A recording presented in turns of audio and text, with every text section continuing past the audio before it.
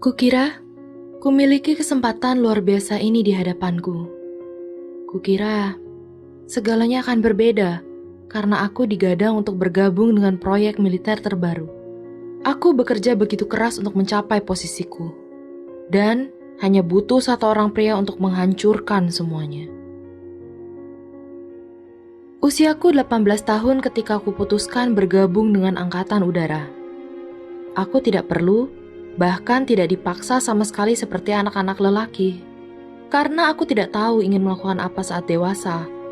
Dan mamaku juga berasal dari kemiliteran yang akhirnya mendorongku untuk bergabung. Dan akhirnya aku lakukan. Saat pertama kali bergabung, kata-kata mama mengenai kerja keras dan tidak ada kata tapi untuk diriku sendiri merupakan motivasi utamaku menjalani pelatihan yang sangat intens. Setelah tahun melelahkan di sekolah militer dasar dan sekolah angkatan udara, aku akhirnya ditugaskan.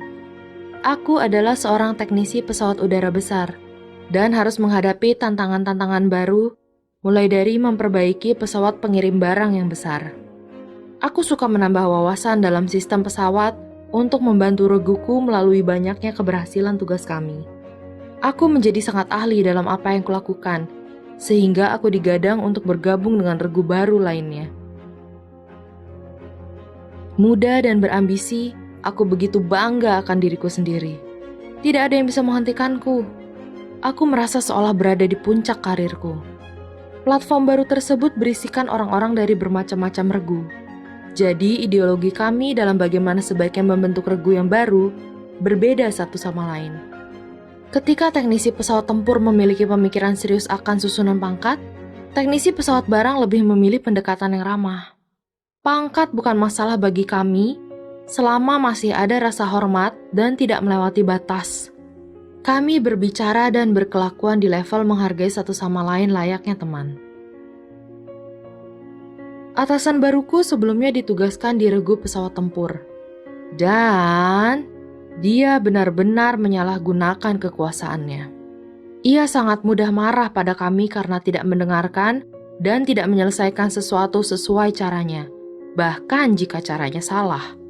Dia sangat tidak berempati bila kondisi kami sedang tidak baik, dan hanya peduli akan bagaimana para atasan melihatnya sebagai pemimpin yang selalu menyukseskan misi. Bekerja dengannya benar-benar seperti neraka. Awalnya jika aku melakukan sedikit kesalahan atau datang terlambat untuk absensi pagi 5 menit, ia akan meneriakiku di hadapan semua orang. Tapi di balik itu semua, ia akan bermain, menarik-narik rambutku, menyentil dahiku dengan jarinya, atau menjewer telingaku, dan dengan bercanda berkata untuk menjaga diri. Ia juga selalu berkata bagaimana ia benci harus menghukumku. Kuacuhkan ia dan berpikir bahwa ia seorang bipolar. Berpikir bahwa mungkin ia salah satu dari generasi lama yang sebenarnya menghargai kerja wanita dalam regunya. Sekali lagi, sangat jarang melihat wanita bergabung dalam kemiliteran di negaraku. Karena aku tidak suka memperlakukan orang lain dengan buruk, kubalas ia dengan senyuman dan meminta maaf atas kurang disiplinnya diriku. Tapi ternyata itu justru membuatnya lebih berani berbuat tidak sopan padaku. Itu menjadi semakin buruk ketika ia berkata bagaimana aku harus pergi pelatihan dengannya ke luar negeri, karena dengan begitu ia bisa mentraktirku minum. Ia juga berkata sebaiknya aku melupakan bahwa aku memiliki suami dan bersenang-senang, dan bahwa ia tidak sabar untuk mengajakku berkeliling jika kami tidak sedang bertugas saat dinas. Aku tidak ingin melawannya. Jadi dengan halus kutolak tawarannya dengan berkata, "Mungkin tidak, karena aku akan sangat merindukan keluarga dan suamiku." Tapi ia akan berteriak seolah bercanda, "Ini perintah," padaku. Aku kebanyakan memilih untuk diam karena tidak ingin melawannya dan mempermalukannya di hadapan banyak orang. Selain itu, aku juga segan dengan pangkatnya yang lebih tinggi dariku. Aku hanya seorang sersan 2, sedangkan ia seorang sersan mayor. Tapi semuanya semakin bertambah parah. Ia mulai menyentuhku. Ia akan menyandarkan dagunya di kepalaku ketika aku sedang berusaha menjelaskan sesuatu padanya di komputer. Ia akan menepuk pahaku sambil memuji laporanku, dan ia akan menyenderkan tangannya di pundakku. Satu kali, ia bahkan menyentuh daun telingaku yang membuatku melompat dan menjauh darinya. Aku sangat merasa tidak nyaman, hingga aku mulai menjaga jarak dengannya. Aku berhenti tersenyum padanya. Aku selalu memastikan ada orang lain dalam ruangan jika ia berkata ingin bicara berdua saja denganku. Ia seakan tidak paham, atau ia tidak peduli, dan berlanjut bertingkah. Ia mulai mendekatkan wajahnya sangat dekat setiap saat ia punya kesempatan dan memintaku untuk tersenyum padanya. Aku menolak dan memberitahunya bahwa aku merasa tidak nyaman. Satu hari saat sedang pelatihan di luar negeri, kuputuskan untuk pergi sendirian selama hari liburku daripada bergabung dengan reguku. Kapanpun ia mengirim pesan padaku bertanya di mana diriku, atau apakah aku ingin bergabung dengannya untuk makan malam dan minum, kuacuhkan ia. Ia menjadi frustrasi dan memerintahkanku untuk mengiriminya pesan di mana diriku setiap jam, bahkan setelah jam tugasku berakhir, untuk melaporkan di mana keberadaanku atau dengan siapa aku saat itu. Aku berlanjut terus-menerus menolak ajakannya untuk semua hal kecuali bekerja selama pelatihan berlangsung. Saat kami kembali, semuanya menjadi buruk. Ia mulai meneriakiku tentang bagaimana tidak bergunanya diriku akan kesalahan-kesalahan kecil yang kubuat, di depan semua orang tentunya. Ia mulai menghinaku di hadapan atasan-atasan dan junior-juniorku. Ia memastikan bahwa aku harus menjadi yang pertama datang dan terakhir pulang setiap jam kerja setiap hari. Jumlah pekerjaan yang tidak berhubungan dengan tugasku menjadi sangat banyak. Dan saat aku minta bantuan, tidak ada yang menolongku. Kata-kata mama dan cinta serta dukungan dari suamiku membantuku melewatinya. Kuterima semua tugasku dan mengerjakan semua tugas tambahan dengan menambah waktu kerja. Aku hanya terus fokus pada tugasku dan berusaha untuk tidak memikirkan apapun. Atasan-atasanku melihatnya dan memutuskan untuk mempromosikan jabatanku. Aku benar-benar senang. Kupikir akhirnya aku akan bebas.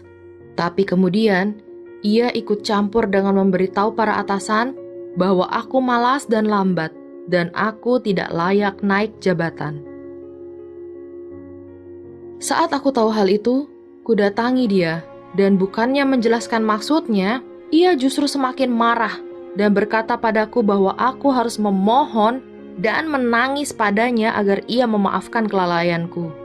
Dia tidak mau mendengarkan apapun yang kukatakan, dan seenaknya mengatakan bahwa aku tidak menghormatinya dan aku seharusnya tahu diri.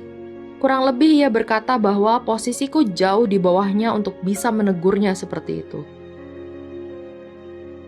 Aku mencapai titik terendahku dan tidak riang seperti dulu. Sejak saat itu, ia akan memakai kesempatan apa saja untuk berteriak dan mengusikku secara mental di depan semua orang. Aku tidak pernah merasa begitu sedih dan tidak tahu harus berbuat apa. Jadi aku lebih sering berdiri saja dan membiarkannya meneriakiku. Apalagi yang bisa aku lakukan? Tapi itu tidak berakhir di sana. Walaupun aku sudah menegurnya, ia justru mengambil kesempatan akan situasi lemahku dan berlanjut menyentuhku saat orang lain tidak melihat. Aku begitu dekat untuk menyerah atas segalanya. Aku hanya ingin ini berakhir dan mengakhiri penderitaan ini. Semua terlihat gelap dan suram. Tidak ada alasan bagiku untuk bekerja keras. Aku mencintai pekerjaanku dan bangga menjadi anak bangsa yang melayani dan melindungi penduduk. Tapi aku tidak bisa melihat hal itu lagi. Aku tersiksa dan terbelenggu. Aku pergi ke pelatihan di mana aku pikir merupakan kali terakhirku ke sana dengan setengah hati. Di sana aku bertemu dengan anggota regu lamaku. Kami bertemu setelah bertugas untuk makan malam dan minum. Aku hancur dan menceritakan pada mereka betapa aku menyesal meninggalkan regu dan semua kejadian yang menimpaku. Kukatakan pada mereka betapa takutnya diriku, bahwa jika aku melaporkannya, atasan-atasanku akan menyalahkanku dan rekan kerjaku akan mengkritikku. Ku beritahu mereka ketakutanku akan orang-orang yang mungkin berkata akulah yang menggodanya dan tidak menolak. Dan itu semua kesalahanku. Aku begitu ketakutan akan apa yang bisa terjadi jika aku melaporkannya. Dan jika manajemen memutuskan untuk menyembunyikan masalah ini, jika demikian, maka ia akan benar-benar membuat hidupku menderita seperti di neraka. Mereka menyemangatiku hingga aku merasa lebih baik, memberitahuku bahwa itu bukan kesalahanku, dan memperingatkanku bahwa suamiku akan sangat marah jika aku benar-benar berusaha untuk mengakhiri hidup. Mereka meyakinkanku bahwa tidak akan ada hal buruk yang akan terjadi padaku, dan mereka akan selalu mendukungku. Walaupun manajemen memutuskan untuk menutupinya sedemikian rupa, mereka akan merekrutku agar bisa bergabung dengan regu lamaku, atau mereka akan membantuku menemukan pekerjaan yang baru. Saat aku tiba di rumah, kuceritakan semuanya pada suamiku. Awalnya ia sangat marah karena aku memilih untuk diam, tapi kemudian ia meyakinkanku, jika aku memutuskan untuk keluar dari pekerjaanku, ia akan mendukungku sepenuhnya. Ia memberitahuku betapa ia mencintaiku, dan hari-hari ketika aku mulai murung membuatnya sangat sedih, dan ia tidak tahu apa yang terjadi, dan itu membuatnya sangat putus asa. Akhirnya, setelah menerima begitu banyak dorongan dari rekan-rekan dan suamiku, aku mengajukan keluhan resmi. Ia diberhentikan dari tugasnya, dan aku tidak pernah melihatnya lagi. Walaupun sebagian orang di reguku diam-diam membicarakanku atau menilaiku, aku tidak peduli, karena aku tahu aku tegar untuk diriku sendiri, dan rekanku yang lain akan selalu mendukungku. Aku berhasil keluar dari tekanan dengan bantuan luar biasa dari suamiku, dan kerja kerasku terus mendorongku mencapai lebih lagi dalam bekerja. Melalui pengalaman ini, aku ingin semua wanita untuk tahu bahwa wajar untuk merasa takut. Jika ada seseorang dengan jabatan lebih tinggi bersikap tidak sopan padamu, jangan takut untuk bicara. Jangan takut akan apa yang terjadi kemudian. Akan selalu ada orang yang mendukungmu, dan kamu tidak perlu merasa takut untuk membicarakan tentang sesuatu yang salah. Aku takut untuk waktu yang lama, tapi pada akhirnya aku menolak untuk membiarkan lelaki itu lolos dari apa yang ia pikir bisa ia singkirkan. Dan itu adalah keputusan terbaik yang kubuat.